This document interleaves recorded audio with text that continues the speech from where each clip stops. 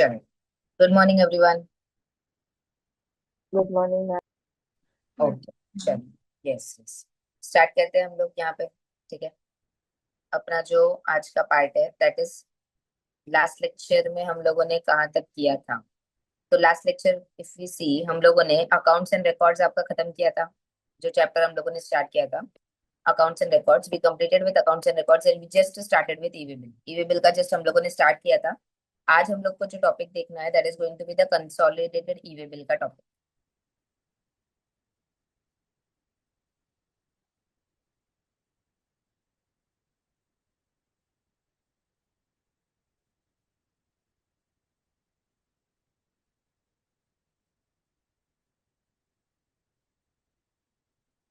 चलो, ठीक है। यहाँ तक एक बार थोड़ा सा रिवाइज कर लेते हैं हम लोगों ने क्या देखा, then we will start with the consolidated e way bill. ठीक है। सबसे पहला चीज, व्हाट इज ईवे बिल? तो e way bill is a particular document which is generated by either supplier, either recipient or either the transporter. Supplier कर रहा है तो सप्लायर करेगा। सप्लायर अगर रजिस्टर्ड नहीं है तो इन दैट केस रेसिपिएंट करेगा। रेसिपिएंट अगर रजिस्टर्ड नहीं है, मतलब it is from unregistered to unregistered, अगर ऐसा कोई केस है तो in that case the transporter will be required to generate the आप लोगों का ईवे बिल। ठीक है। अब इन दिस केस समझो कि ट्रांसपोर्टर अगर रजिस्टर्ड है या ट्रांसपोर्टर रजिस्टर्ड नहीं है। इफ ट्रांसपोर्टर इज रजिस्टर्ड तो उस केस में तो प्रॉब्लम ही नहीं है, he is having the registration, he can generate the e way bill. But if the transporter is not registered तो इन दैट केस क्या करेंगे? तो ट्रांसपोर्टर को क्या करना पड़ेगा? एक एनरोलमेंट आईडी लेना पड़ेगा जो अलग से रहेगा। That will be only and only for the purpose of e way bill. He will be still what is treated as unregistered person, तो उस केस में उसको सिर्फ एनरोलमेंट आईडी लेना है, किसके लिए? ई वे बिल जनरेट करने के लिए। ठीक है।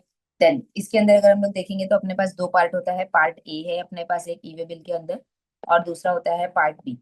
पार्ट ए के अंदर बेसिक डिटेल्स रहेगा कि गुड्स क्या है, सप्लायर कौन है, रेसिपिएंट कौन है, दोनों का जीएसटीएन क्या है, प्लेस ऑफ सप्लाई क्या है, गुड्स कहाँ से कहाँ मूव कर रहे हैं, ये रहेगा उसके अंदर।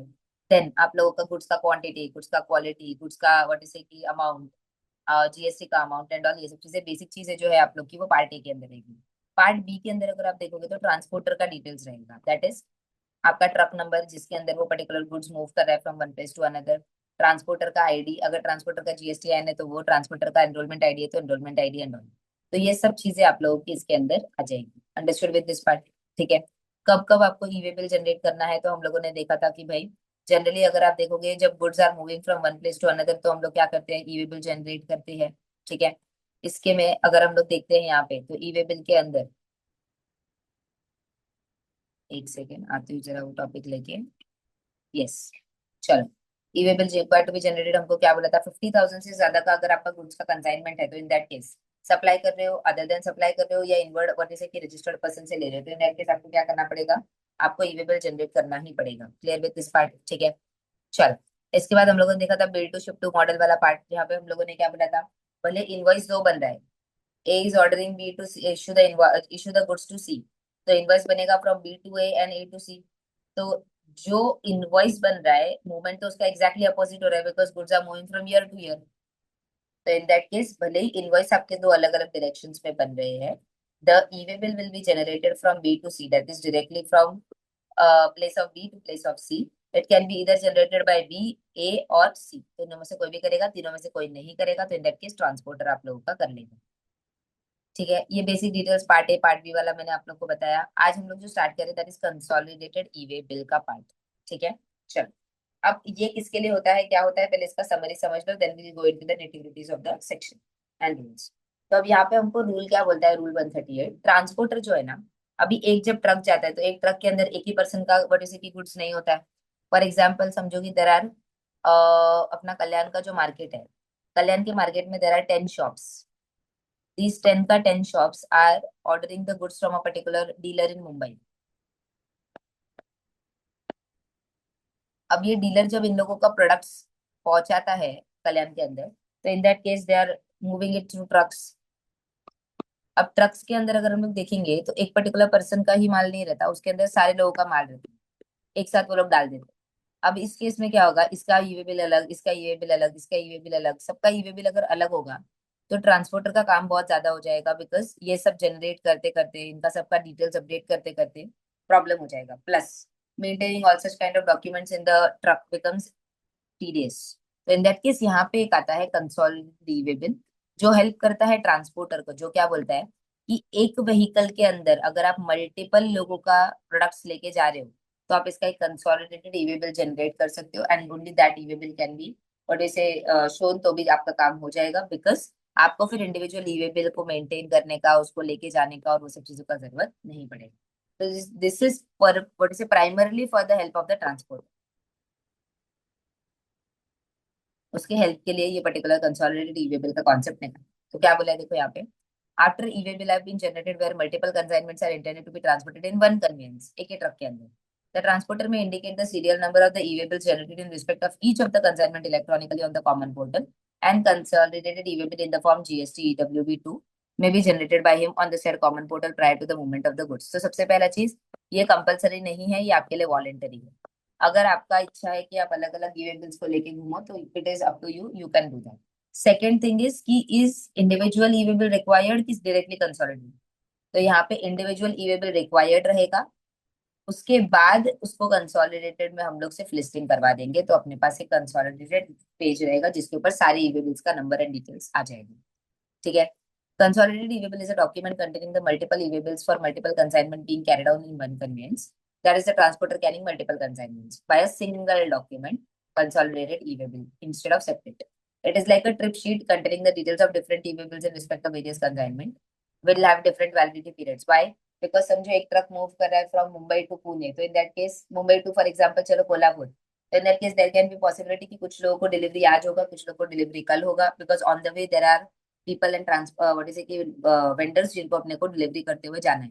तो किसी का ई बिल आज के दिन तक का ही रहेगा, 24 आवर्स तक का, किसी का ई बिल 2 दिन का रहेगा, तो सबका वैलिडिटी भी अलग अलग हो सकता है। तो व्हाट हैपेंस इज की consolidated E bill works like a summary sheet of all the E bills, जिससे ट्रैकिंग इजी हो जाता है, समराइजेशन इजी हो जाता है।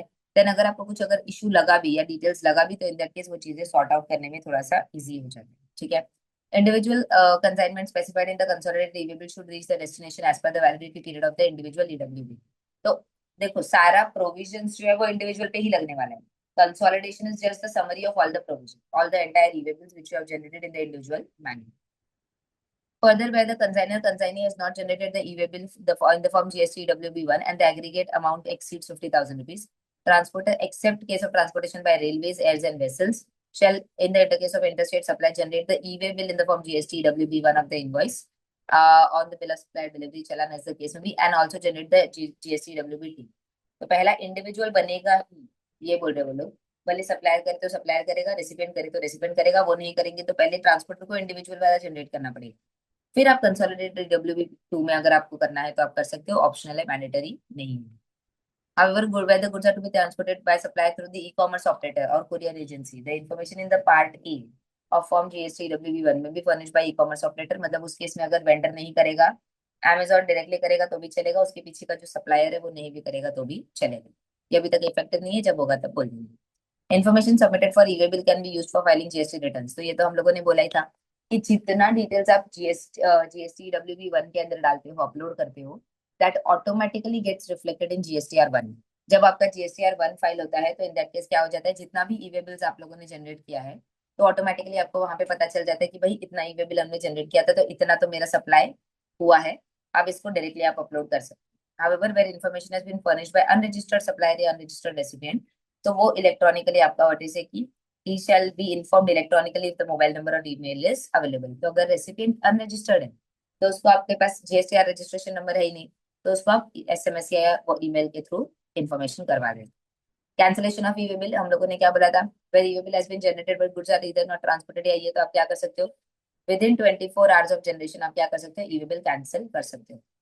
अच्छा, अगर आप लोगों ने वेरीफाइड इन ट्रांजिट है, मतलब क्या, goods have started the movement from one place to another, यहाँ पे अपने को दिखा रहा है सिस्टम के अंदर कि गुड्स ने मूवमेंट स्टार्ट कर दिया है, तो इन दैट केस आप ई बिल कैंसिल नहीं कर सकते, बिकॉज एक बार मूवमेंट स्टार्ट हो गया, that means goods are moving from one place to another, तो in that case you can not cancel the e bill का part. Further, unique EWB number generated is valid for 15 days for updation of the part. समझो आज अगर मैंने party का details fill किया, supplier का details fill किया, recipient का डिटेल्स फिल किया, बेसिक डिटेल्स फिल इन किया, सारा चीजें गुड्स का डिटेल्स फिल इन किया, बट नेक्स्ट 15 डेज तक समझो ट्रांसपोर्टर ही नहीं मिला या बहुत बारिश हो रही है, तो इन दैट केस ट्रांसपोर्टर ने बोला कि अरे अभी तो ट्रांसपोर्ट नहीं हो पाएगा, every road is blocked and everything, तो ये ई-वे बिल जो है ये 15 डेज के लिए आप लोग का वैलिड रहेगा। 15 डेज में अगर पार्ट भी अपलोड नहीं हुआ तो इन दैट केस आपको वापस नया ईवे जनरेट करना पड़ेगा और उसके अंदर डिटेल्स फिल इन करना पड़ेगा। वैलिडिटी पीरियड ऑफ ईवे कितना रहता है? अब ये देखो, ये आप लोग का एमसीक्यूज वगैरह के लिए आ सकता है। For a distance of less than 200 kilometers, it will be valid for day from the relevant date. From every 200 kilometer thereafter, it will be valid for 1 day on from the relevant date. ठीक है? Up to 200 kilometers. 1 day in case of other than over-dimensional cargo or multimodal shipment, in case at least one leg involves transport by ship. अब ये वो लोग क्या बोल रहे हैं? देखो, सबसे पहला चीज रेलेवेंट डेट क्या बोल रहे हैं वो डिटेल्स देख रहे थे, बिकॉज उसके हिसाब से अपने को कैलकुलेशन देखना है। Relevant date means the date on which the e-way bill has been generated and the period of the validity shall be counted from the time at which the e-way bill has been generated, and each day shall be counted as the period expiring at the midnight of the day immediately following the generation of the e-way bill. अब इसका example देखो। For example अगर 004 hours पे 14 मार्च पे generate हुआ है, मतलब 004 hours और 49 मतलब 13 के नाइट को अपना जो होगा वो क्या होगा? 13 का नाइट। 13 का नाइट को 12 बजे के बाद 12:04 ऑन 13 का नाइट विल बी 14 मार्च। अगर यहाँ पे जनरेट किया तो नेक्स्ट डे पूरा 14 मार्च है।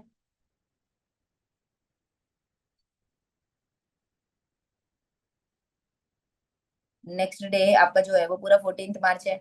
अब यहाँ पे एक सेकेंड, हम suppose an e way bill is generated at midnight of 14th, okay, तो ये आपका आ जाएगा 14th का नाइट, सॉरी 14th के रात को 12:04 पे हम लोगों ने जनरेट किया। पूरा 15th चलेगा। 15th का जो मिडनाइट रहेगा वहां पे आपका ये खत्म होगा। सेकेंड डे जो है वो कहाँ चालू होगा? यहाँ से चालू होगा। 16 17 का जो मिडनाइट आएगा वहां पे चलेगा। सेकंड एग्जांपल, ईवे बिल अगर आपने जनरेट किया 23:58 आवर्स ऑन 14th मार्च, ये भी कब एंड होगा आप लोगों का? Then the first day would end on midnight 15 16। मतलब सिंपल है, आप स्टार्ट में करो या आप एंड में करो, the effect is going to be the same. Validity जो है आप लोगों का वो उसी तरह से रहने वाला है। क्या बोला उन लोगों ने यहाँ पे? Validity shall be counted from the time at which the e-way bill has been generated, and each day shall be counted as the period expiring at the midnight of the day immediately following the date of the generation of the e-way bill. Immediately following, अच्छा, तो in that case समझो, यहाँ पे example देती हूँ आप लोगों को। 2 जुलाई आज, 2 जुलाई को आज रात को,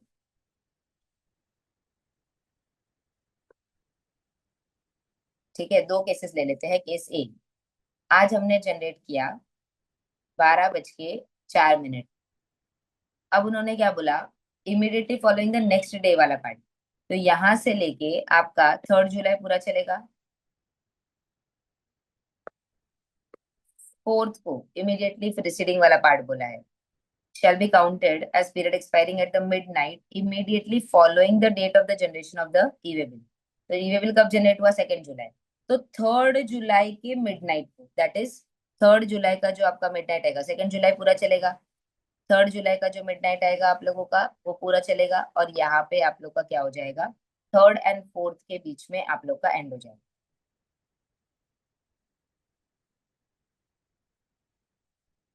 सिमिलरली अगर आप लोगों ने 14th मार्च के मिडनाइट को किया यहाँ पे, तो जहाँ पे हम लोग क्या बोल रहे थे कि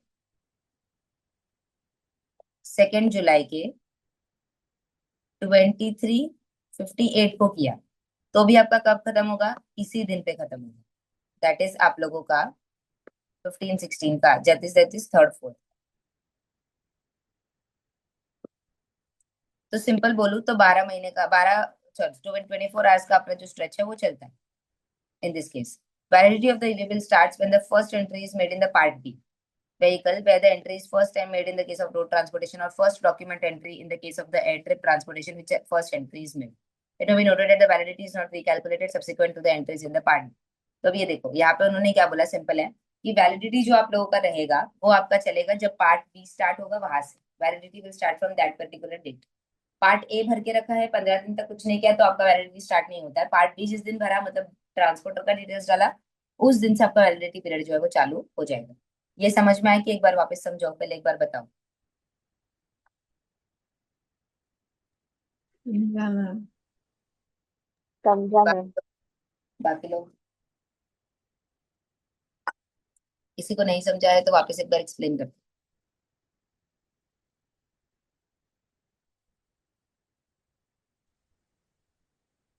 चलो ठीक है, अब यहाँ पे आते हैं और ये देख लेते हैं अप टू 200 किलोमीटर क्या था। One day in case of other than over-dimensional cargo or multimodal shipment, in which case at least one leg involves transportation by ship. अब यहाँ पे क्या होता है, ओवर डायमेंशनल कार्गो में क्या होता है, ओवर डायमेंशनल कार्गो के अंदर आप लोग का व्हाट इज की बहुत सारा व्हाट इज की वजन ज्यादा होता है, प्लस व्हाट इज की बहुत सारी चीजें होती है, तो इन दैट केस उसको छोड़ दो, नॉर्मल वाला ट्रांसपोर्ट ले लो आपका normal truck. And multi modal shipment को छोड़ दो। मल्टी मोडल शिपमेंट मतलब जहाँ पे मल्टीपल मोड्स अवेलेबल है, जहाँ से पहले शिप से माल जाएगा, फिर वहां से ट्रक में जाएगा, फिर वहां से व्हाट इज की समझो कि छोटा लॉरी में जाएगा, तो ऐसा मल्टीपल शिपमेंट्स है, बट उसका एक लेग एटलीस्ट शिप में होना चाहिए, इसको छोड़ दो। ये मल्टी डायमेंशनल को छोड़ दो और आपका मल्टी मोडल शिपमेंट को छोड़ दो, तो नॉर्मल वाले शिप के लिए पर डे 200 किलोमीटर तक का आपका ईवे बिल चलेगा, मतलब that truck should travel in a day of 200 kilometre. For every 200 kilometre of part thereof one additional day आप लोगों का आ जाएगा ईवे बिल का, इसको छोड़ के, ओवर डायमेंशनल और आपका मल्टी मोडल है उसको छोड़ के। तो मतलब फॉर एवरी 200 किलोमीटर और पार्ट देयर ऑफ आपको क्या करना पड़ेगा, आपको ईवे बिल का एक एक डे एक्सटेंड हो जाएगा, होते जाएगा।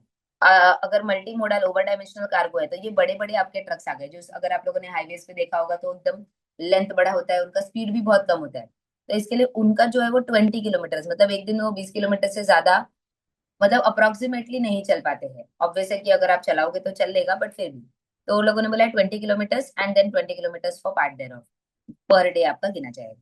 तो अगर नॉर्मल वाले केस है तो 200 किलोमीटर पर डे के हिसाब से, और अगर over dimensional and multi modal shipment है तो 20 किलोमीटर पर आवर के, तो पर डे के हिसाब से आप लोग का कैलकुलेशन चलेगा with respect to validity of e way bill. अब इस केस में आपको क्या करना पड़ेगा, अगर इशू होता है तो इन दैट केस अपने को उसको एक्सटेंड करवाना पड़ेगा। Over dimensional cargo is a single indivisible unit which exceeds the dimensional limit as per the centre motor vehicles, that is बड़े बड़े व्हीकल्स आप लोग देख लेते हैं। ठीक है, यहाँ पे अपने को डेट भी दिया है, यहाँ पे भी हम लोग देख लेते हैं। A consignor handed over the goods for transportation on Friday to the transporter. However, the assigned transporter charged the movement of the goods on Monday. The validity of the e-way bill will start on Monday, क्योंकि part B के अंदर हम लोगों ने fill in करके रखा है। ठीक है, a registered person has transported the goods from the moment of its warehouse to the depot located at distance of 500 kilometers. तो यहाँ पे कितने दिन का आपका नॉर्मल वैलिडिटी रहेगा, तो 200 इज वन डे का, 200 इज सेकेंड डे का, और फिर 100 आ जाएगा, तो यहाँ पे भी एक दिन गिना जाएगा, तो that is one one and one, that is 3 days का आपका वैलिडिटी आ जाएगा। ओवर डायमेंशनल कार्गो ये हमने कर दिया extension.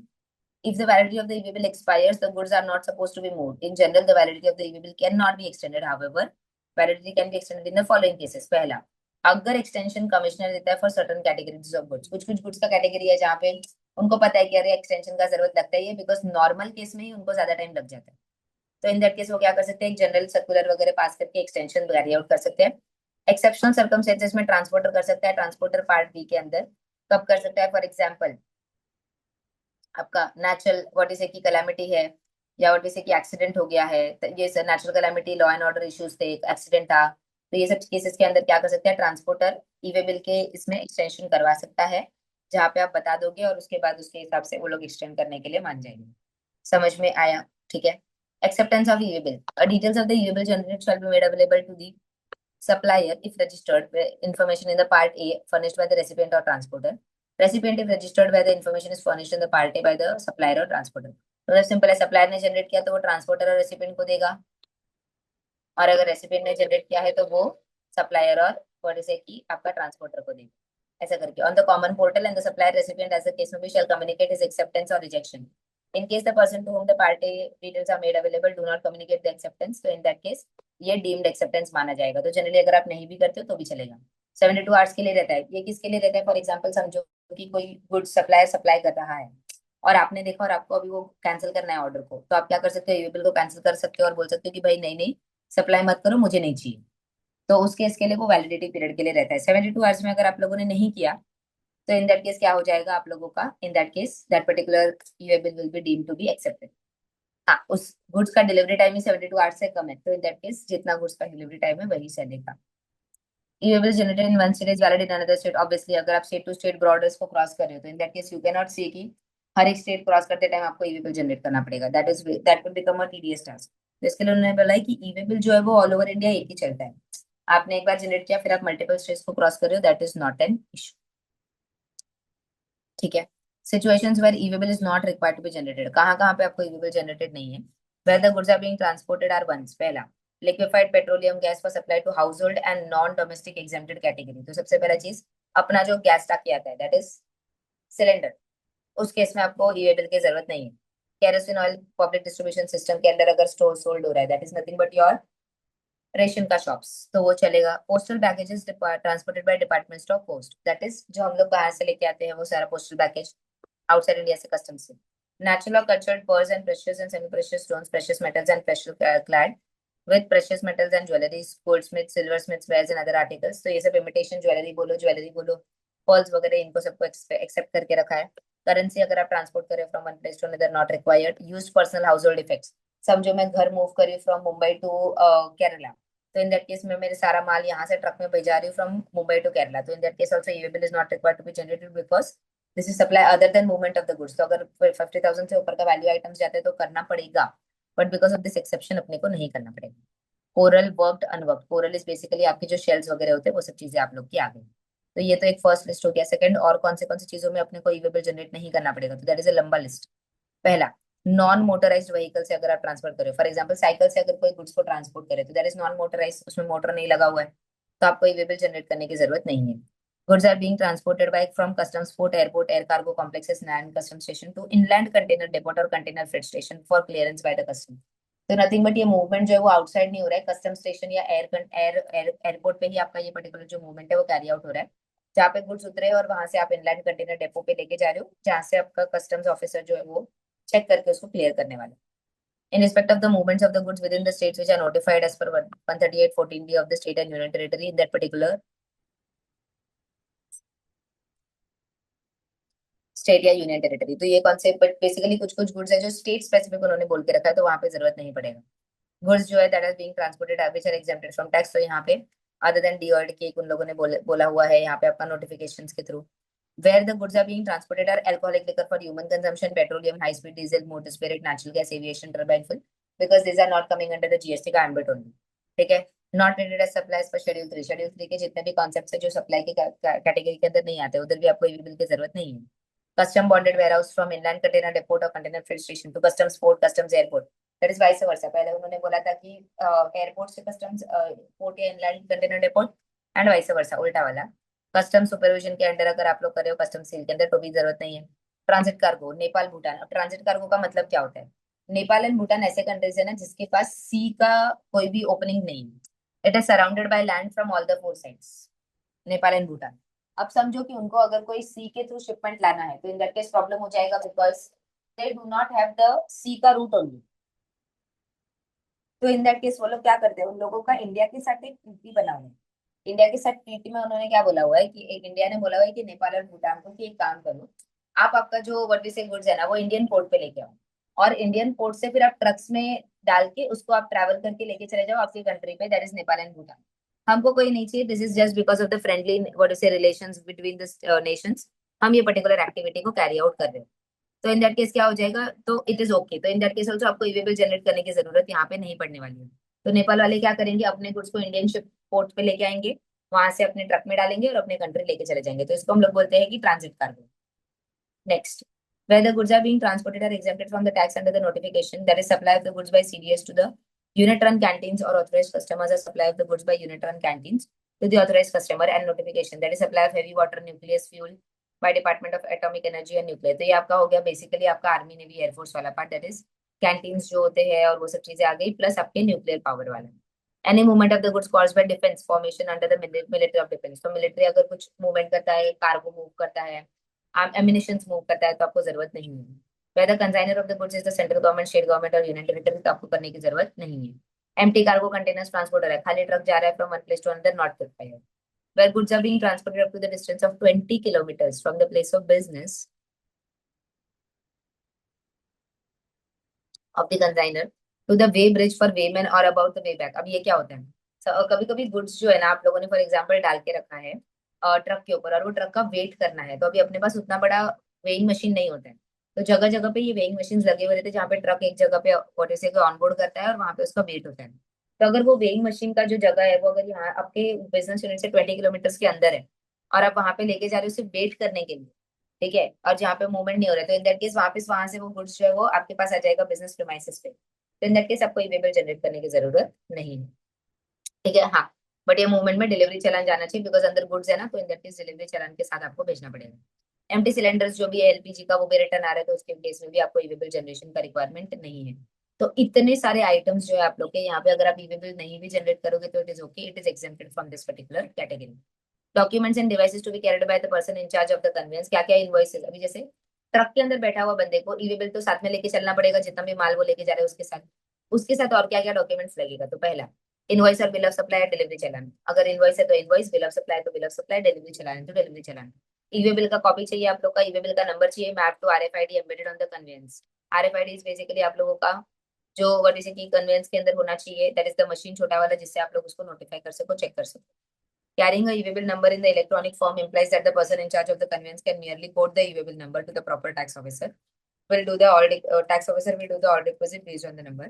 RFID radio frequency identification device आप लोग का जो रहेगा, आइडेंटिफाई करने के लिए कि ट्रांसपोर्टर किधर है क्या है। However, in case of imported goods, person in charge of the conveyance should also carry the bill of entry. तो अगर इम्पोर्ट है तो बिल ऑफ एंट्री भी रहेगा। IRN number in लिeu of tax invoice, तो अगर आपके पास क्यूआर कोड जनरेटेड है, मतलब आपके पास ई इनवॉइस वाला कॉन्सेप्ट है, तो आप सिर्फ आईआरएन नंबर भी जनरेट करके लेके चलोगे तो भी चलेगा, बिकॉज वहां पे स्कैन करके आपका सारा का सारा डिटेल्स जो है वो निकाल सकता है टैक्स ऑफिसर। ठीक है। In such case, registered person will not have to upload the information in the party of the e-way bill, and the same shall be auto-populated from the common portal. Commissioner may, by notification, require the class of transporters to obtain unique RFID and get the said device embedded on the conveyance and map the e-way bill to the RFID prior to the movement of the goods. Documents in lieu of the e-way bill. अगर e-way bill नहीं है तो in that case tax invoice है, bill of supply, bill of entry है, delivery चलाने, अगर आपका other than supply है तो वो आपको लेके चलना पड़ेगा। Verification of documents and conveyance, तो यहाँ पे उन्होंने क्या बोला है, कमिश्नर के पास पावर है, कहीं पे भी आपका ट्रांसपोर्टर को रुकाएगा, वहां पे उसको बोलेगा कि क्या क्या गुड्स है, इसका लेबल दिखाओ, इसका इनवॉइस दिखाओ, ये सब चीजें वो लोग देख सकते हैं। ठीक है। कमिश्नर के shall get the RFID readers installed at the places where verification of the movement of the goods is required, and वहां से वो लोग को मिल जाएगा कि भाई ई-वे बिल कौन सा मैप है उस केस में। Physical verification of the conveyance shall be carried out by the proper officer as authorized by the commissioner and empowered in this behalf. However, on receipt of the specific information on evasion of the tax, physical verification without approval भी आप लोग का हो सकता है, बाद में आप लोग ratification of the approval carry out कर सकते हो। Inspection and verification of the goods. A summary report of every inspection of the goods in the transit shall be recorded by the online by the proper officer in the part A of the prescribed form within 24 hours of the inspection and final report within 3 days of the inspection. समझो आज अगर transporter ने दोपहर को मेरा गाड़ी रुकाया और मेरा व्हाट इज की पूरा का पूरा इंस्पेक्शन किया, विद इन नेक्स्ट 24 आवर्स उसको एक फर्स्ट इन्फॉर्मेशन रिपोर्ट, जैसे एफआईआर टाइप होता है ना, वैसा एक समरी रिपोर्ट उसको अपलोड करना पड़ेगा, सो दैट ट्रांसपोर्टर को पता रहे, सप्लायर को पता रहे, रेसिपिएंट को पता रहे, एंड आपके कमिश्नर को भी पता रहे कि क्या सिचुएशन हुआ था। ठीक है। सेकंड पार्ट बी के अंदर आप जो फाइनल डिटेल्स है, जो भी पूरा का पूरा डिटेल लिस्ट है कि क्या देखा था, क्या मिला था, क्या नहीं मिला था, इसको आप 3 दिन ले सकते हो, पूरा का पूरा डिटेल रिपोर्ट आप 3 डेज के अंदर वहां पे बता सकते हो। Whether physical verification of the goods being transported on any conveyance has been done during the transit at one place within the one state or union territory, बाद में उसके बाद वापस उसका फिजिकल वेरिफिकेशन नहीं होने वाला है, तो एट अ टाइम एक जर्नी पे एक ही बार आप लोगों का हो जाएगा, अनलेस टैक्स इवेजन का कोई स्पेसिफिक आपके पास व्हाट इज की अवेलेबल है डेटा या कुछ टिप अवेलेबल है, जिसकी वजह से आपको पता चल रहा है कि कुछ तो सस्पिशियस कैरी आउट हो रहा है। Hard copies of the notices and orders issued by the tax authorities will be shown as a proof as an initiation of the actions wherever required. Only goods and conveyance should be returned confiscated in respect of the violation of the provisions of GST Act. तो अगर आपको transporter का कुछ violation नहीं दिखा तो आपको truck जाने देना पड़ेगा। कन्फिस्केशन और आप जब्त कब कर सकते हो, in that case only when there is a violation of the GST act and rules. Detention of vehicle, where the vehicle has been intercepted and detained for the period exceeding 30 minutes, तो transporter क्या कर सकता है, specified form के अंदर common portal पे upload कर सकता है, जिससे सप्लायर और रेसिपिएंट दोनों को इंडिकेशन चला जाएगा कि भाई ये गुड्स जो है ये कन्फिस्केट हो चुका है, अभी इंस्पेक्शन चल रहा है, इंक्वायरी चल रहा है, कितना टाइम लगेगा पता नहीं है, बट एक इंटीमेशन आपको मिल गया। Blocking of e-way bill generation facility, अब ये क्या बोला है उन्होंने, blocking of e-way bill generation facility means disabling a tax payer from generating the e-way bill. Blocking of GSTN of GSTN of for the e-way generation will be only for the defaulting suppliers या defaulting transporters या defaulting recipients. Suspended GSTN cannot generate the e-way bill. However, suspended GSTN can generate the e-way bill. Can be generated by the recipient या transporter. तो अगर supplier का suspended है तो recipient generate कर सकता है या transporter generate कर सकता है। No person shall allow to furnish the information in the part of the GST WB1 in respect of outward supply for the movement of the registered person who। अब इन लोग, ये जो लिस्ट है अपने पास 4 लोगों का, इन केसेस के अंदर मूवमेंट कैरी आउट होगा ही नहीं। सप्लायर तो कर ही नहीं सकता, बिकॉज सप्लायर को रेस्ट्रिक्टेड है, उसका तो जीएसटीआईएन फ्रीज करके रखा हुआ है। इनके बिहाफ पे ना ट्रांसपोर्टर कर सकते हैं ना रेसिडेंट कर सकते हैं। पहला, जो कंपोजिशन स्कीम के लिए है और उसने 2 consecutive quarters के लिए रिटर्न फाइल नहीं। सेकंड, रेगुलर स्कीम के लिए है और 2 consecutive टैक्स पीरियड के लिए रिटर्न फाइल नहीं किया। नेक्स्ट, GSTR 1 आप लोगों ने 2 महीने के लिए कंसेक्यूटिवली फाइल नहीं किया है।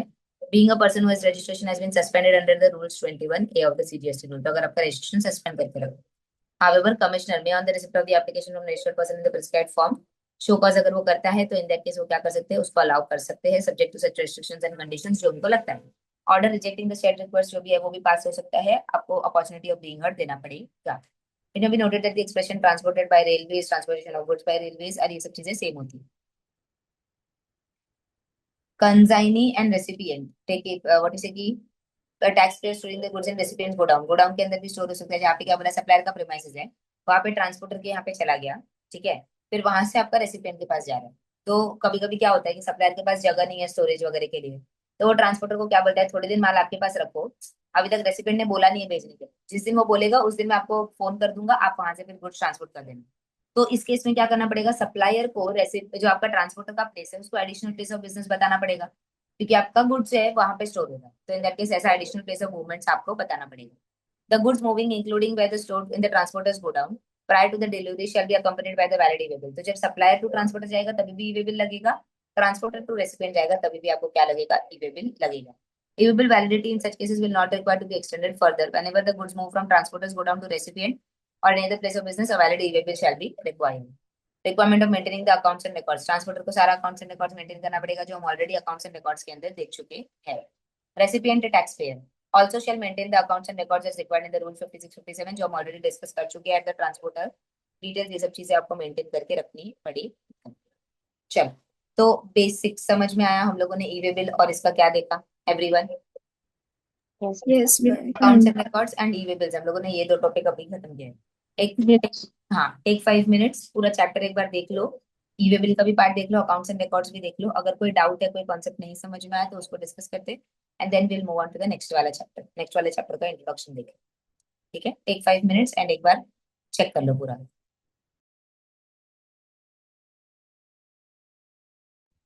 डन हो गया सबका। Yes, Yes, ma'am. ma'am. चलो ठीक है, नेक्स्ट जो अपना चैप्टर है that is the simple chapter, that is payment of tax का चैप्टर है अपना। ठीक है, इसके ऑलरेडी कुछ कुछ प्रोविजंस जो है वो हम लोग कर चुके हैं, तो जस्ट रिविजन वाले पॉइंट ऑफ व्यू से अगर आप देखोगे तो हम लोगों को देखना है।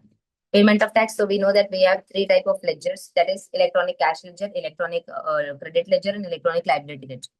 अगर आपके पास आईटीसी अवेलेबल है तो आप क्या करोगे, क्रेडिट लेजर के थ्रू जितना भी आपका पेमेंट रहेगा वो पेमेंट आप कैरी आउट कर दोगे। अगर आईटीसी अवेलेबल नहीं है तो in that case what you will have to do is electronic cash ledger के अंदर आपको पैसा डिपॉजिट करना पड़ेगा सबसे पहले, सीजीएसटी, एसजीएसटी, आईजीएसटी, यूटीजीएसटी, और उसके बाद फिर ये इसको मेजर हेड बोलते हैं हम लोग। माइनर हेड क्या आ जाएगा आपका, टैक्स आ गया, इंटरेस्ट आ गया, पेनल्टी आ गया, ये सब चीजें आप लोग की उसके अंदर आ जाएगी। तो बेसिकली उस बेसिस पे अपने को क्या करना पड़ेगा, उसके अंदर आप लोग को डालना पड़ेगा। ठीक है, अब यहाँ पे लाइबिलिटी लेजर जो है वो basically it is just a summary point of view, जहाँ पे अपने को पता चलेगा कितना अपना लाइबिलिटी है एंड ऑल, वो सब चीजें आप लोग को पता चल जाएगी। ठीक है, अब ये चैप्टर के अंदर हम लोग बेसिकली क्या देखने वाले हैं, तो हम लोग यहाँ पे तीनों लेजर्स को डिस्कस करने वाले, that is cash ledger, credit ledger, electronic liability ledger. Utilization of ITC और उनका ऑर्डर ऑफ यूटिलाइजेशन जो ऑलरेडी हम लोग आईटीसी के चैप्टर में भी कर चुके हैं। आईजीएसटी पहले पूरा यूटिलाइज करना है, फिर सीजीएसटी का सीजीएसटी की तरफ जाएगा, फिर आईजीएसटी की तरफ जाएगा एंड ऑल, वो प्रोविजंस देखेंगे। 10, 50 जो डिलेड इंटरेस्ट के ऊपर डिलेड पेमेंट ऑफ टैक्स के ऊपर इंटरेस्ट लगता है उसके बारे में बात करेंगे। 51 that is TDS, 52 that is TCS. Then manner of ITC transfer अगर किसी को करना है तो वो कैसे होगा, एंड कुछ कुछ पर्टिकुलर की सर्टेन अमाउंट जो है वो डिस्कस करके रखे वो देखेंगे हम लोग। ठीक है, टीडीएस टीसीएस का कॉन्सेप्ट जब आएगा तब हम लोग देखेंगे नीचे। रेलेवेंट डेफिनेशंस क्या दिया है जस्ट ग्लांस कर लेते हैं, कुछ नया रहेगा तो हम लोग उसको डिस्कस कर लेंगे। एजेंट, एजेंट तो अभी हर जगह पे अपना आया हुआ है, फैक्टर, ब्रोकर, कमीशन एजेंट, या डेलिक्रेटर एजेंट है, ऑक्शनर है, मर्केंटाइल एजेंट है, ये सब चीजें आपकी आ जाएंगी। ऑथराइज बैंक मतलब ऐसा बैंक जिसको गवर्नमेंट ने ऑथराइज करके रखा है जीएसटी कलेक्ट करने के लिए। फॉर एग्जाम्पल अगर मैं आपको बताऊं तो जब भी आप जीएसटी पोर्टल पे जाते हो पेमेंट ऑफ टैक्स करने के लिए, तो वहाँ पे बैंक्स का नाम दिखता है, वहां पे सिर्फ 6-7 बैंक का आपको नाम दिखेगा, बाकी सारे बैंक्स का नाम नहीं दिखेगा। उनके गेटवे को यूज करके आप बाकी बैंक्स के से पेमेंट कर सकते हो, but those are the authorized banks. जो बैंक्स वहां पे आपको दिखते हैं डैशबोर्ड के ऊपर, those banks are the authorized banks जिसको गवर्नमेंट ने ऑथराइज करके रखा है। अगर आपका अकाउंट कोई दूसरे इसमें है तो इन दैट केस आप उनका पेमेंट गेटवे यूज करो और उसके बाद वहां से पेमेंट वगैरह आप कैरी आउट कर सकते हो। अगर ऐसा देखोगे तो कुछ कुछ बैंक्स तो उन लोगों ने डीलिस्ट ही करके रखा है, जहाँ पे वो बैंक्स के थ्रू आप क्या नहीं कर सकते, जीएसटी का जो भी ट्रांजैक्शन है पेमेंट है वो बैंक के थ्रू नहीं कर सकते या वो कार्ड्स के थ्रू नहीं कर सकते। जैसे स्पेसिफिकली अगर आप देखोगे तो अमेरिकन एक्सप्रेस का जो क्रेडिट कार्ड होता है, या व्हाट इज कि कोटक का जो क्रेडिट कार्ड है, शायद से कोटक का बीच में ब्लॉक था, अभी का एक बार देखना पड़ेगा, बट अगर आप अमेरिकन एक्सप्रेस यूज करते हो तो इट इज नॉट अलाउड कि आप अमेरिकन एक्सप्रेस को यूज करके पेमेंट करो। आपको अलाउड ही नहीं है, आप करोगे तो वहां पे वो डिक्लाइन दिखा देगा, कार्ड नॉट एक्सेप्टेड करके आपको दिखा देगा। CGS central taxes, basically CGST आपका आ गया, cess is GST compensation cess. Common portal अपना वाला कॉमन पोर्टल है, जीएसटी का काउंसिल आ जाएगा, इलेक्ट्रॉनिक कैश लेजर है, क्रेडिट लेजर है। Integrated tax that is basically आपका आईजीएसटी। इनपुट टैक्स हम लोगों ने क्या बोला था, जो भी आप लोगों का आईटीसी है eligible, which is as per आप लोग का जो भी अपने प्रोविजन हम लोगों ने देखे थे जीएसटी के, वो प्रोविजन के हिसाब से आपका आ जाएगा, जिसके अंदर आपके आरसीएम का जो पार्ट है, वो आरसीएम का भी प्रोविजन जो है इसके अंदर इंक्लूडेड आ जाएगा। ठीक है, यहाँ पे अगर आप देखोगे तो आरसीएम जो था आपका 9394 वाला पार्ट, उसके अंदर भी जो आप लोगों का जीएसटी का पार्ट है वो भी आप लोगों का इसके अंदर कवर हो जाएगा, बिकॉज सामने वाला रेसिपी अब भले रेसिपिएंट के नाम पे हम लोग उसको पे कर रहे हैं, but at the end of the day it is we who are bearing the burden of the tax, तो अपने को उसका क्रेडिट मिल जाएगा। ठीक है, आईटीसी इनपुट टैक्स क्रेडिट है आप लोगों का। लोकल अथॉरिटी तो अपना नॉर्मल है, पंचायत, म्यूनिसिपालिटी, म्यूनिसिपल कमेटी हो गया, कैंटोनमेंट बोर्ड, नथिंग बट अपना केडीएमसी वाले जो रीजन हो गए, वो सब चीजें यहाँ पे आपकी आ जाएगी। नोटिफिकेशन इज बेसिकली जो आप लोग का ऑफिशियल गैजेट के अंदर आता है। Output tax is nothing but the tax which is payable by the supplier on the particular goods and services. Person के केस में सारे लोग आ जाएंगे आप लोगों के, Hindu undivided family, HUF company, individual, HUF, AOP, VOI, AOP, ये सारी चीजें आप लोग की आ जाएगी, ये तो हम ऑलरेडी कर चुके हैं। Recipient is nothing but what, जहाँ पे movement of goods and services है, कंसिडरेशन इज पेएबल है, तो in that case the person who pays the consideration. अगर गुड्स के केस में कंसिडरेशन नहीं है तो in that case the person to whom the goods are made available. Services के केस में अगर कंसिडरेशन नहीं है तो the person to whom the services are rendered. State tax अपने को पता है, supplier is any person who supplying the goods and services and includes आपका ईसीओ आ जाएगा उसके अंदर, जहाँ पे ईसीओ के थ्रू कर रहे हो। आपका एजेंट वगैरह रहेगा तो एजेंट वगैरह भी उसके अंदर हो जाएगा। टैक्स पीरियड तो अपना जो भी रिटर्न फाइल करोगे वो है क्वार्टरली तो क्वार्टरली, मंथली तो monthly. Taxable person who is registered और liable to be registered, taxable supplies both which is leviable to tax, valid return is, यहाँ पे सारे पर्टिकुलर्स आपके फुलफिल्ड है। डेफिनेशंस में कोई इशू, एनीवन? हाँ नो मैम। मैम। चल ठीक है, payment of tax, interest and penalty, section 49 क्या बोलता है देखो। पहले बेयर रीडिंग एक बार सेक्शन का देख लेते हैं। Every deposit made towards the tax, interest, penalty, fees और any amount by the internet banking और बाय यूजिंग क्रेडिट कार्ड और डेबिट कार्ड और नेशनल इलेक्ट्रॉनिक ट्रांसफर और real time gross settlement that is NEFT RTGS और by such other mode and subject to such conditions and restrictions as may prescribed shall be credited to the electronic cash ledger of the person to be maintained in the manner as may prescribed। अब यहाँ पे अगर आपको मैं बताऊं तो अपने पास है ना मेजर हेड माइनर हेड का कॉन्सेप्ट होता है। जैसे सीजीएसटी, एसजीएसटी, यूटीजीएसटी, आईजीएसटी, ये अपने एंड एक आपका ये सेस, ये आपके आ गए मेजर हेड्स। इसके अंदर हर एक के अंदर हर एक इंडिविजुअली के अंदर आपका रहेगा ये जितना हम लोगों ने पढ़ा, that is tax, interest, penalty, fee.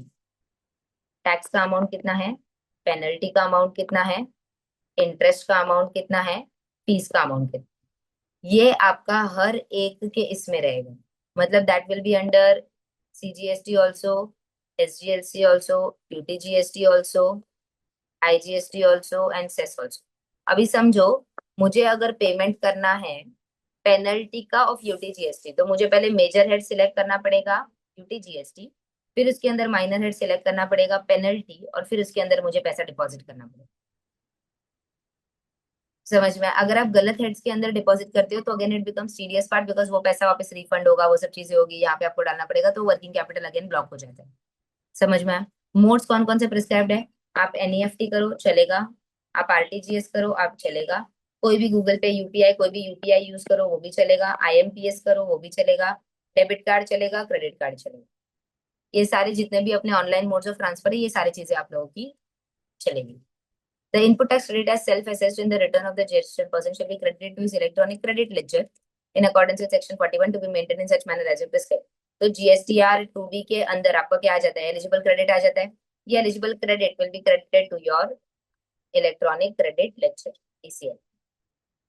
The amount available in the electronic cash ledger may be used for making any payment towards tax, interest, penalty, fees, or any other amount payable under the provisions of this act or the rules thereunder in such manner and subject to such condition as may be prescribed। तो conditions वगैरह अपने को rules में देंगे वो लोग। The amount available in the electronic credit ledger may be used for making any payment towards the output tax under this act or under Integrated Goods and Service Tax Act in such manner and subject to such conditions as may be prescribed। अब ये दोनों में difference क्या है? जो आपका cash ledger में amount है वो आप किस किस के लिए यूज कर सकते हो? कैश लेजर का amount can be use for tax, interest, penalty, fees. But credit ledger का अगर अमाउंट है तो that can be only used towards payment of output tax. मतलब not for interest, not for penalty, not for fees. आप सिर्फ उसके लिए use कर सकते हो, टैक्स को पे करने के लिए आप यूज कर सकते हो। इंटरेस्ट, पेनल्टी, फीस जो है वो प्राइमरीली आपको हमेशा हमेशा हमेशा कैश में ही पे करना है। The amount of the input tax available in the electronic credit ledger on the account of IGST shall be first utilized towards the payment of IGST. And amount remaining जो भी रहेगा वो CGST, SGST, UTGST in that order. In that order बोला है, but अगर मैं rules के साथ पढ़ूँ तो उन्होंने क्या बोल दिया, इन एनी ऑर्डर करो, कोई प्रॉब्लम नहीं है। Central tax shall be first utilized towards the payment of central tax, अगर बच गया तो IGST। State tax shall be first utilized towards the payment of state tax, amount अगर बच गया तो IGST। Provided ITC on account of state shall be utilized towards the payment of IGST only when credit of central tax has been fully utilized। UTGST पहले UTGST, उसके बाद बच गया तो आईजीएसटी। यूटीजीएसटी आईजीएसटी के लिए तभी यूटिलाइज होगा जब सीजीएसटी पूरा एग्जॉस्ट हो चुका है। Central tax shall not be utilize towards any of the payment of the UTGST. State tax जो है वो आपका सेंट्रल टैक्स के लिए नहीं चलेगा। तो सिंपल बताओ तो क्या करना है? सबसे पहले IGST credit fully utilize first. Fully utilize कौन से टाइप में करोगे? फर्स्ट आईजीएसटी की तरफ करोगे, second CGST, SGST, UTGST, any order, तो इसके लिए साथ में लिख दिया। उसके बाद आती हो आपका सीजीएसटी का क्रेडिट। सीजीएसटी का क्रेडिट जो होगा आप लोगों का किस ऑर्डर में यूटिलाइज होगा? पहले सीजीएसटी के लिए यूटिलाइज होगा, सेकंड आईजीएसटी के लिए यूटिलाइज होगा। एसजीएसटी क्रेडिट पहले एसजीएसटी के लिए यूटिलाइज होगा, सेकंड आईजीएसटी के लिए यूटिलाइज होगा। Only exhaust CGST credit first. और यहाँ पे भी जब सीजीएसटी क्रेडिट करोगे तो पहले आईजीएसटी का क्रेडिट एग्जॉस्ट करना पड़ेगा। इधर भी आईजीएसटी का क्रेडिट पहले एग्जॉस्ट करना पड़ेगा। ठीक है, coming to the last part, same with UTGST. First UTGST, पहले आईजीएसटी का क्रेडिट पूरा बचा हुआ है तो एग्जॉस्ट कर दो, and second is IGST. Order यही फॉलो करना है आप लोगों को, ठीक है? इसमें ये इसके साथ बात नहीं करता, ये इसके साथ बात नहीं करता, ये भी इसके साथ बात नहीं करता, और ये खुद इसके साथ बात नहीं करता। मतलब ये लोग एडजस्ट नहीं होते एक दूसरे के साथ। ये समझ में आया सबको? एवरीवन? ये हम लोग Yes, ऑलरेडी आईटीसी के चैप्टर में भी कर चुके हैं, ये जस्ट रिवीजन वाले पॉइंट ऑफ व्यू से हम लोग देख रहे हैं। Balance in the electronic cash ledger और credit ledger after the payment of the tax, interest, penalty, fees और अदर अमाउंट जो भी है आप लोगों का में भी रिफंडेड। समझो कि आपके पास पैसा बहुत ज्यादा उधर कैश लेजर में पड़ा हुआ है, आपने 1 लाख रुपए डाल के रखा था, ऐसा लगा था आपको कि पेमेंट बहुत ज्यादा आएगा, बट पेमेंट उतना नहीं आया। पेमेंट जो है वो 60,000 आके चला गया, मतलब पेमेंट उतना हो गया, 40,000 रुपीज बचा हुआ है। अब ये 40,000 या तो आप कैश लेजर में पड़े रहने दो, नेक्स्ट मंथ में आप यूटिलाइज कर सकते हो, और अगर आपको चाहिए कि नहीं नहीं अभी विड्रॉ कर लेता हूँ, फिलहाल दूसरे पेमेंट्स के लिए यूटिलाइज कर लेता हूँ, बचा हुआ जो रहेगा वो बाद में हम लोग यहाँ पे देख लेंगे, तो इन दैट केस आप रिफंड भी कर सकते हो in accordance with the provisions. All the liabilities of the taxable person under this act shall be recorded and maintained in the electronic liability registered in such manner। जितना भी liabilities generate होगा वो सारा का सारा आपका यहाँ पे रिकॉर्ड होते रहे। Every taxable person shall discharge the tax dues under this act in the following order। Self assess manner में करना है with respect to previous tax period, self assessed of the current tax period, and any other amount payable under the rules made thereunder, including demand under 73, 74, 74 ये आपके penalty provisions और वो सब चीजों के अंडर आ जाएंगे। Every person who has paid the tax on the goods and services or both under this tax, unless the contrary is proved to them by him, be deemed to have passed on the full incidence of the tax। तो जब तक आप prove नहीं करते हो कि आपने bear किया है जीएसटी, तब तक ऐसा माना जाएगा कि आपने जो जीएसटी का क्रेडिट है वो आगे पास ऑन कर दिया है, जीएसटी का लाइबिलिटी आगे पास ऑन कर दिया है। A registered person may on the common portal transfer any amount of the credit, tax, penalty, fees, or any other amount available in the electronic cash ledger under this act to the electronic cash ledger of the IGST, CGST, SGST, UTGST, or integrated tax. Integrated tax or the central tax of the distinct person specified as the case may be under subsection 25. In such form and the manner such conditions as prescribed, provided no transfer shall be allowed if the registered person has unpaid liability in the liability register। तो simple है, अगर cash ledger में आपका कोई पैसा बचा हुआ है, पहले आपका लाइबिलिटी पूरा का पूरा सेटल करो, अदरवाइज सेट ऑफ करने मतलब एडजस्ट करने नहीं मिलेगा। तो पहले आप आपका लाइबिलिटी सेट ऑफ करो, उसके बाद अगर पैसा बचा है तो आपका कोई दूसरा ब्रांच है या आपका व्हाट से कि कोई आईजीएसटी से सीजीएसटी का पेमेंट बाकी है, सीजीएसटी से एसजीएसटी का पेमेंट बाकी है, तो वहां पे आप इंटरनली ट्रांसफर कर सकते हो, या तो आपका डिस्टिंक्ट पर्सन है वहां पे पेमेंट करना है तो उधर भी आप ट्रांसफर कर सकते हो। मतलब समझो मेरा मुंबई ब्रांच में कैश लेजर के अंदर 50,000 रुपये पड़ा हुआ है, और हरियाणा जो ब्रांच है ना वहां के जीएसटी का पेमेंट करना है, बट वहां पे पैसे नहीं है, तो मैं मुंबई टू हरियाणा ट्रांसफर कर सकती हूँ, because at the end of the day both are my units only. दोनों सेक्शन 25 डिस्टिंक्ट पर्सन आ जाएंगे आप लोग के, तो मैं यहाँ से वहां डायरेक्टली ट्रांसफर कर सकती हूँ, प्रोवाइडेड मुंबई का कोई भी आउटस्टैंडिंग नहीं होना चाहिए। अगर मुंबई का आउटस्टैंडिंग है तो वो बोलेगा कि पहले मेरा तो खत्म करो फिर आप दान धर्म करने जाओ, ऐसा है। Where any amount of the goods has been transferred to electronic cash ledger under the site, the same shall be deemed to be deposited under the provisions of subsection 1। तो कैश में अगर आपने कैश लेजर में अगर आपने transfer किया as per subsection 10, तो वो क्या माना जाएगा, आपने डिपॉजिट किया है ऐसा ही माना जाएगा। Notwithstanding anything contained in this act, government may on the recommendation of the council, जो भी है वो स्पेसिफिक कितना करना है, रेस्ट्रिक्शंस कंडीशंस जो भी है वो रूल्स के थ्रू बता सकते हैं, जो रूल्स हम लोग अभी पढ़ने वाले हैं। Explanation. Date of the credit of the account in the government in the authorized bank shall be deemed to be the deposit in the cash ledger. तो जिस दिन गवर्नमेंट को डिपॉजिट होगा उस दिन आपका पेमेंट हुआ ऐसा माना जाएगा। टैक्स ड्यूज का मतलब क्या हो जाएगा, टैक्स ड्यूज मतलब टैक्स पेबल जिसके अंदर फीस इंटरेस्ट पेनल्टी नहीं आता। अदर ड्यूज में फीस इंटरेस्ट और पेनल्टी आप लोगों का आ जाएगा। सेक्शन 49 ये क्या बोलता है, utilization of ITC in subject to certain conditions. Notwithstanding anything contained in Section 49, the ITC on account of the central tax, state tax, or UTGST shall be utilized towards the payment of IGST, CGST, UTGST, and SGST as the case may be, only after the credit of IGST has been utilized first। तो इसके लिए मैंने आपको table पूरा combined वे में दिया कि पहले आईजीएसटी का क्रेडिट यूटिलाइज करो, आईजीएसटी के लिए सीजीएसटी, एसजीएसटी, यूटीजीएसटी। जब तक आईजीएसटी का क्रेडिट पूरा एग्जॉस्ट नहीं हो जाता तब तक भले ही एसजीएसटी के लिए एसजीएसटी का क्रेडिट है, बट फिर वो भी यूटिलाइज नहीं करने का, पहले आईजीएसटी ही यूटिलाइज करने का। Order of utilization government manner में अब बता सकता है, जो हम लोग नीचे देखेंगे रूल्स के अंदर बताया हुआ है। Transfer of ITC. On utilization of the ITC availed under this Act for the payment of the dues under the IGST Act in accordance with the provisions of the case may be, the amount collected as central tax shall stand reduced by the amount equal to the credit so utilized, and the central government shall transfer an amount equal to the reduced on account of central tax to the IGST account in such manner as may prescribed। वो तो obvious है, अगर आपका IGST का credit आप utilise करें towards the payment of CGST, तो IGST उतना पैसा किसको देगा, सीजीएसटी को दे देगा, उतने अकाउंट में आ जाएगा। When any amount has been transferred from electronic cash ledger under this act to the electronic cash ledger under the state of the SGST Act और UTGST Act, तो गवर्नमेंट उतना पैसा ट्रांसफर कर देगी। सीजीएसटी में मेरे पास 60,000 रुपीज पड़ा हुआ था, मैंने उसको एसजीएसटी में ट्रांसफर किया, तो सेंटर उतना पैसा स्टेट को दे देगा। तो ऑब्वियसली जैसा हम लोग ट्रांसफर कर रहे हैं वैसा गवर्नमेंट को भी वहां से वहां अपने अकाउंट्स के अंदर पैसा या क्रेडिट जो भी है वो उधर से उधर शिफ्ट करना पड़ेगा। रूल्स पे आती हूँ। इलेक्ट्रॉनिक लाइबिलिटी रजिस्टर क्या बोलता है, रूल्स अपने को देखो। The electronic liability registered specified in the GST subsection 7 of section 49 shall be maintained in the form GST PMT 01 for each of the person liable to pay the tax, interest, penalty, fees, and other amount on the common portal, and all the amounts payable by shall be debited to the said register। The electronic liability register of the person shall be debited by जितना भी payment आप लोगों ने किया हुआ है, and जितना भी पेमेंट प्रॉपर पर्सन डिटरमाइन करता है which is ascertain, and any amount that may approve from time to time. तो जितना time to time extra approval आते रहेगा वो भी आप लोग को क्या करना पड़ेगा, उतना भी आपको पेमेंट करते रहना पड़ेगा।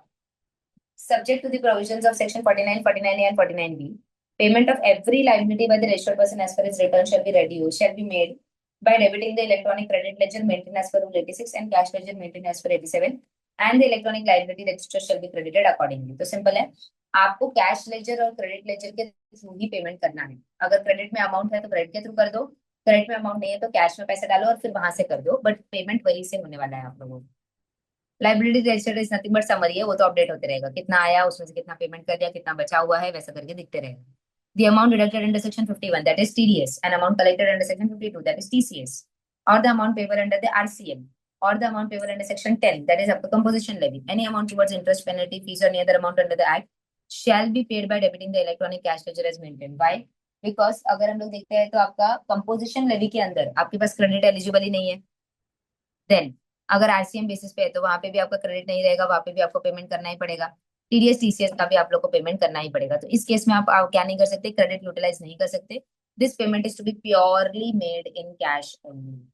Any amount of demand debited in the electronic liability register shall stand reduced to the extent of the relief given by the appellate authority or appellate tribunal or the court, or an electronic tax liability register shall be credited accordingly। तो अगर court ने कोई relief दिया है तो उतना amount आपको credit हो जाएगी। Any penalty imposed or liable to be imposed shall stand reduced partly or fully as the case may be if the taxable person makes the payment of the tax, interest, penalty as specified in the show cause notice or the demand order and liability। तो अगर कोई demand raise हुआ था उसमें से payment अगर कर दिया है तो आपका लाइबिलिटी रजिस्टर उतने अमाउंट से रिड्यूस हो जाएगा। Registered person shall upon noticing any discrepancy in his electronic liability ledger communicate the same to the officer in the jurisdiction in the form GST PMT 4। तो कभी अगर आपको लगा कि आपके लाइबिलिटी रजिस्टर में कोई पेमेंट आपने किया था वो रिफ्लेक्ट नहीं हुआ है, लाइबिलिटी बहुत ज्यादा दिख रहा है, कुछ तो गलत अमाउंट रिफ्लेक्ट हो गया है, तो आप क्या कर सकते हो, आपका जो जुरिस्डिक्शनल कमिश्नर है उसको आप अप्लाई अकॉर्डिंग से की अप्रोच कर सकते हो, एनजीएसटी पीएमटी 4 के अंदर आप उसको बोल सकते हो कि भाई देखो मेरा तो इतना पेमेंट हो चुका है बट फिर भी लाइबिलिटी रजिस्टर में रिफ्लेक्ट नहीं हो रहा है, आप प्लीज एक बार उसको चेक कर लो। यहाँ तक का समझ में आया सबको पहले, एवरीवन? Yes. चलो, नेक्स्ट आगे बढ़ती हूँ आप लोगों का, और हम लोग जाते हैं आपके इलेक्ट्रॉनिक क्रेडिट लेजर के ऊपर। इलेक्ट्रॉनिक क्रेडिट लेजर क्या बोलता है? Electronic credit ledger shall be maintain in the form GST PMT 02 for each registered person eligible for the ITC. तो आपको रखना पड़ेगा electronic credit ledger should be debited to the extent, जितना भी liability आपका डिस्चार्ज करो आप क्रेडिट के थ्रू उतना आपका डेबिट हो जाएगा। Where registered person has claimed the refund of any unutilized amount of the from the credit, जैसे फॉर एग्जांपल आपके एसईजेड वालों को अलाउड है जहाँ पे वो लोग क्रेडिट का भी रिफंड ले सकते हैं, तो अगर रिफंड लिया है तो उतने अमाउंट से क्या हो जाएगा, आपका क्रेडिट लायबिलिटी क्रेडिट लेजर भी है वो कम हो जाएगा। If refund so filed is rejected either fully or partly, the amount debited under sub-rule 3 to the extent of the rejection shall be recredited to the electronic credit ledger। तो अगर refund आपका denied हो गया था तो उतना वापस से क्रेडिट में आ जाएगा आप लोगों का amount. Where a registered person has claimed the refund of any amount paid or tax wrongly paid or excess paid for debit has been made in the electronic credit ledger, if amount is admissible shall be recredited। तो अगर आपने जैसे कि refund claim किया था और वो wrongly आपका एक्सेस में पेड वगैरह हो गया था तो इन दैट केस उतना अमाउंट आपका क्या हो जाएगा, रिक्रेडिट हो जाएगा, अगर वो एडमिसिबल हो गया आप लोगों का reclaim। Where the registered person deposits the amount of erroneous refund sanctioned to him under subsection 3 of section 54 या तो subsection sub rule 3 of rule 96, तो इन दैट केस आपको क्या करना पड़ेगा, along with the interest and penalty wherever applicable through the GST DRC 3 by debiting the cash ledger on his own or being pointed out an amount equivalent to the amount of erroneous refund deposited by the registered person shall be recredited to the electronic credit ledger। तो आपने गलती से अगर refund claim किया था तो आपको क्या करना पड़ेगा, कैश लेजर के थ्रू उसको पे भी करना पड़ेगा, और आपको इंटरेस्ट और आपका जो पेनल्टी अगर कुछ सॉरी लगता है तो पेनल्टी भी पे करना पड़ेगा इस केस के अंदर। Save as otherwise provided in the provision, no entry shall be made directly in the credit ledger. Credit ledger में कभी भी आपका डायरेक्ट एंट्री नहीं होगा, वो ऑटोमेटिक एंट्रीज ही आएंगे, उधर आपको बड़े से मैन्युअल एंट्रीज अलाउड नहीं रहेगा। A registered person shall upon noticing any discrepancy in the electronic credit ledger communicate the same to the jurisdictional officer। वो आप कम्युनिकेट कर दो। For the purpose of this particular rule, it is hereby clarified that the refund shall be deemed to be rejected if the appeal is finally rejected, or if the claimant gives an undertaking to the proper officer that he is not filing the appeal। तो in that case आपका refund जितना भी था वो reject हो जाएगा। ठीक है, यहाँ तक एक बार पहले देख लो, फिर हम लोग रूल्स पे जाते हैं कि कितना कितना क्रेडिट कब आपका यूटिलाइजेशन हो जाएगा। एक बार यहाँ तक सब लोग चेक कर लो।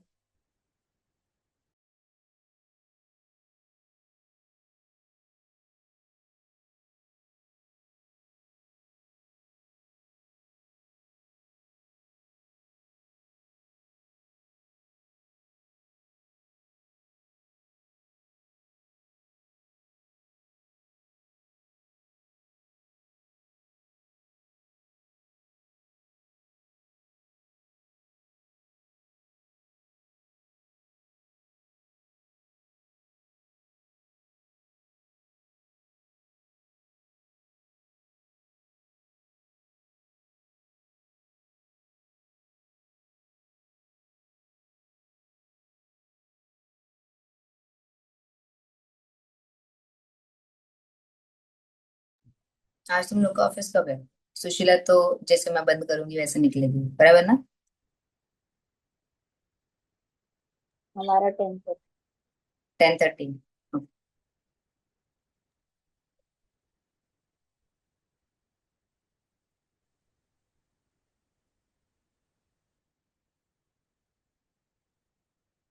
मेरा 8:30 है मैम। हाँ वही 8:30 है ना, ठीक है ठीक है।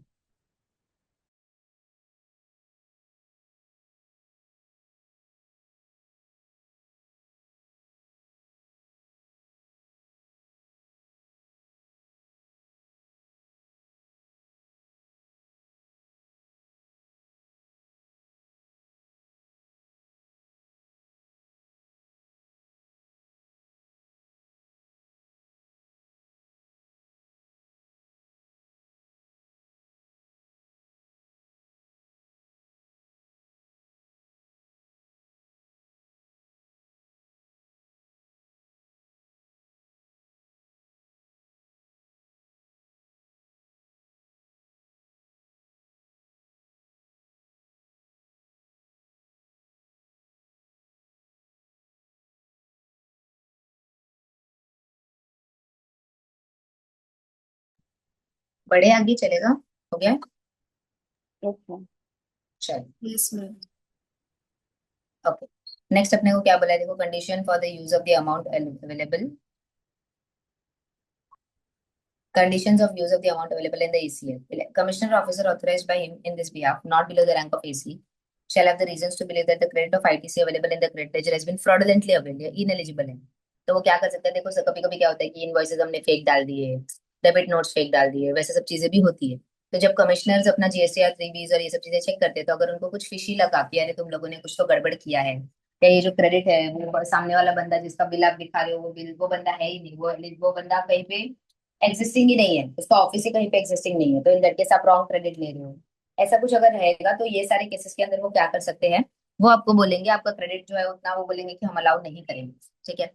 The credit of ITC has been availed on the strength of the tax invoices, debit note and other invoices issued by the registered person who is found to be non-existent, जो registered person है ही नहीं, या उसका business ही नहीं है, या तो आपको गुड्स या सर्विसेज रिसीव नहीं हुआ, ये आपको ये कमिश्नर को पता चल गया। Credit of ITC has been availed on the strength of the invoices और debit notes and other documents जहाँ पे taxes charged in respect of the goods which has not been paid to the government, मतलब जो tax आपको charge किया गया है वो सामने गवर्नमेंट को पे नहीं हुआ है। Registered person availing the credit of the ITC has been found to be non-existent or not conducting any of the business from that place of the registration where he has obtained. तो वो registered बंदा वहां से कोई भी business नहीं carry out कर रहा है, या तो registered person availing any credit of the ITC is not in the position of the tax invoice या डेबिट नोट, उसके पास नहीं है। तो इन रीजंस के लिए वो क्या कर सकते हैं, उतना आपका जो क्रेडिट है उतना ब्लॉक हो जाएगा, उतना आपको क्रेडिट यूटिलाइज करने के लिए नहीं मिलेगा, आपको उतना अमाउंट किससे करना पड़ेगा, कैश लेजर के थ्रू ही करना पड़ेगा। Commissioner or the officer authorized by him under this sub-rule may, upon being satisfied that the conditions for disallowing the debit of the electronic credit ledger as above no longer exist, allow the debit। तो अगर आपको लगता है कि condition fulfil हो गया है, अभी सारा का सारा रेस्ट्रिक्शन जो है वो हटा देना चाहिए, तो तभी आप हटा दो। Such registration shall cease to have the effect after expiry of the period of 1 year from the date of imposing of the registration। Maximum आपका जो रेस्ट्रिक्शन है वो 1 साल के अंदर चलेगा, 1 साल के अंदर आप कुछ तो एक्शन लोगे। अगर 1 साल तक आपने कोई एक्शन नहीं लिया तो इन दैट केस वो रेस्ट्रिक्शन हट जाएगा, फिर बंदा यूज कर पाएगा वो क्रेडिट जो भी आपने ब्लॉक किया। इलेक्ट्रॉनिक कैश लेजर हम लोग देख लेते हैं। Electronic cash ledger in the GST PMT 5 for each of the person liable to pay the tax interest penalty fees late fees, यहाँ से तो सब पे कर सकते हो आप लोग, जिसमें पैसा डालो यहाँ से पेमेंट करो। Any person on behalf of shall generate a challan in the form GST PMT 6 on the common portal and enter the details of the amount to be deposited by him towards tax interest penalty and any other amount। जो भी आप लोग का पे और से provided at the challan generated shall be valid for 15 days, 15 दिन तक आप चालान जनरेट करके पेमेंट कर सकते हो, उसके बाद फिर नहीं होगी। Deposit under the sub rule 2 shell be made through any of the following mode, internet banking, UPI हो गया, आईएमपीएस हो गया, credit card, debit card, NEFT, RTGS. Over the counter हो सकता है अगर 10,000 रुपीज तक का पेमेंट है तो ही, उसके ऊपर नहीं।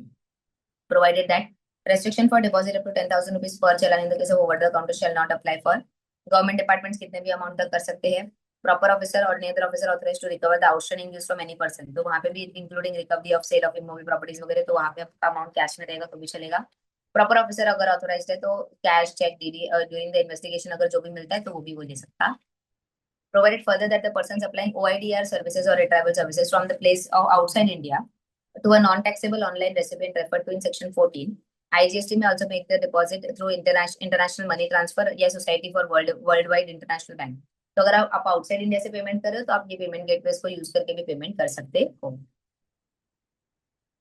For the purpose of this sub rule, it is hereby clarified that for making the payment of the amount indicated in the challan, the commission, if any, payable in respect of such payment shall be borne by the person making the payment। मतलब यह क्या बोल रहे, जो अपना CA का fees हो गया, ये सब चीजें हो गया, वो आपको बोन करना पड़ेगा, वो कोई गवर्नमेंट बोन नहीं करने वाली। Any payment required to be made by the person who is not registered under this act shall be made on the temporary identification number, जो TRN number, जैसे कैजुअल टैक्सेबल पर्सन और ये लोग करते वैसा। Where the payment is made by the NEFT, RTGS, IMPS by any bank, the mandate form shall be generated along with the challan on the common portal, and the same shall be submitted to the bank where the payment is to be made। Mandate 15 दिन के लिए आप लोग का valid रहेगा। On successful credit to the concerned government account maintained in the authorized bank, a challan identification number is generated, और वो challan फिर आप आपके जैसे कि रिटर्न के साथ रिफ्लेक्ट करवा के उसका सबमिशन कर देते हो। On receipt of the challan for collecting from the collecting bank, the amount shall be credited to the electronic cash ledger of the person on whose behalf the deposit has been made, and common portal shall make a receipt of this effect। Where the bank account of the person concerned or making the deposit in this behalf is debited, but no challan is generated on the common portal, the said person may represent electronically on GST PMT 7 through common portal to the bank or electronic gateway, provided that where the bank fails to communicate the challan identification number on the common portal, electronic cash ledger may be updated basis of e-scroll of the RBI। तो कभी कभी क्या होता है ना कि ये पैसा सस्पेंस में वगैरह चले जाता है बैंक अकाउंट्स के केस में। और अगर वो लोग ये व्हाट इज कि अपडेट नहीं कर पाए और आपको चालान नंबर नहीं दे पाए ना, तो आरबीआई के पास एक ई स्क्रोल नंबर है जहाँ पे सारा डेबिट क्रेडिट सेटल होता है और वो सब चीजें होती है। तो इन दैट केस अगर आपके पास ई स्क्रोल नंबर है तो उसके थ्रू भी आप क्या कर सकते हो, आप चालान जनरेट करवा सकते हो अगर बैंक रिफ्लेक्ट नहीं करवा के दे रहा है तो। ठीक है। An amount deducted in the GS, जो आपका टीडीएस का अमाउंट है और collected under 52 that is TCS का amount and claim by the registered person from the said amount was deducted as the case be collected shall be credited to the electronic cash credit. तो जितना भी collect या credit हुआ था उतना आप क्या कर दोगे आपकी कैश लेजर में। टीडीएस और टीसीएस का क्रेडिट जो है, आपका टीडीएस डिडक्ट हुआ है या आपका टीसीएस कलेक्ट हुआ है, तो इन दैट केस उसका क्रेडिट जो है वो एक ऐसा अकेला क्रेडिट है जो आपको कैश लेजर में मिलता है, बाकी सारा क्रेडिट आपको क्रेडिट लेजर के अंदर मिलता है। बट ये दो जो क्रेडिट है आपको कैश लेजर के अंदर मिलता है, इसके लिए यहाँ पे आपको दिया हुआ है। Where a person has claimed the refund of any amount on the cash ledger, तो इन दैट केस वो आपको उतना डेबिट हो जाएगा। If refund so claimed is rejected either fully or partially, the amount debited under sub rule 10 to be extension of the registration, extension of the rejection shall be credited to the electronic cash ledger by the proper officer in the order made under GST PMT 03। A registered person shall upon noticing any discrepancy, अगर cash ledger में कोई discrepancy है तो आप common portal के ऊपर उसको notify करवा सकते हो। A registered person may on the common portal transfer any amount of the tax, interest, penalty, fees or any other amount available in the cash ledger for the integrated tax and state and union territory tax, जो भी आप उसको utilise कर सकते हो। And again common portal पे अगर आपको लगा तो आप उसको डिस्टिंक्ट पर्सन को भी ट्रांसफर कर सकते हो, जैसा क्रेडिट लेजर का था वैसे कैश लेजर का भी आप लोगों का आ जाएगा। यहाँ तक का समझ में आया? Yes, yes ma'am. ठीक है, Yes. यहाँ तक एक बार चेक कर लो, फिर उसके बाद इसके आगे का जो है ये हम लोग नेक्स्ट लेक्चर में खत्म कर देंगे। नेक्स्ट लेक्चर में अपना ये चैप्टर भी अपना खत्म हो जाएगा, उसके बाद हम लोग आगे बढ़ेंगे। मॉड्यूल 2 में अपने फिर अभी ज्यादा चैप्टर्स बचे नहीं है मॉड्यूल 2 के अंदर। इसके बाद अपन मॉड्यूल 3 पे जाएंगे, मॉड्यूल 3 के भी छोटे छोटे चैप्टर्स ले सकेंगे। ठीक है, okay. Okay ma'am. Bye. Bye. Bye ma'am.